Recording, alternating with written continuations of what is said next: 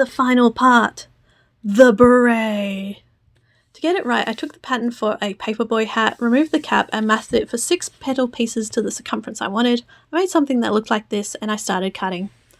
I used felt and didn't realise how thick it was. I thought I could double over and only have to cut 3 times, but nope! It was too thick for that, so I cut the next 4 pieces individually. I also cut out the band and some interfacing to help stiffen it up and make a nice little bubble. After ironing on the interfacing, I got to sewing.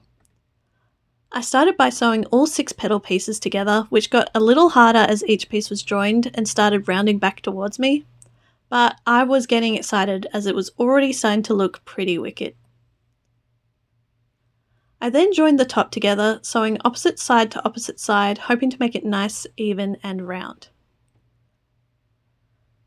Once I did that, I cut the excess seam allowance off each of the petals, attached the band and sewed that on.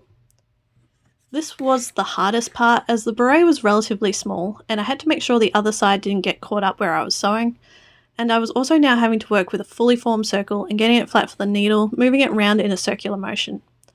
I had to do this with both the inside and the outside of the beret. And it's done! Nice and round and bubbly.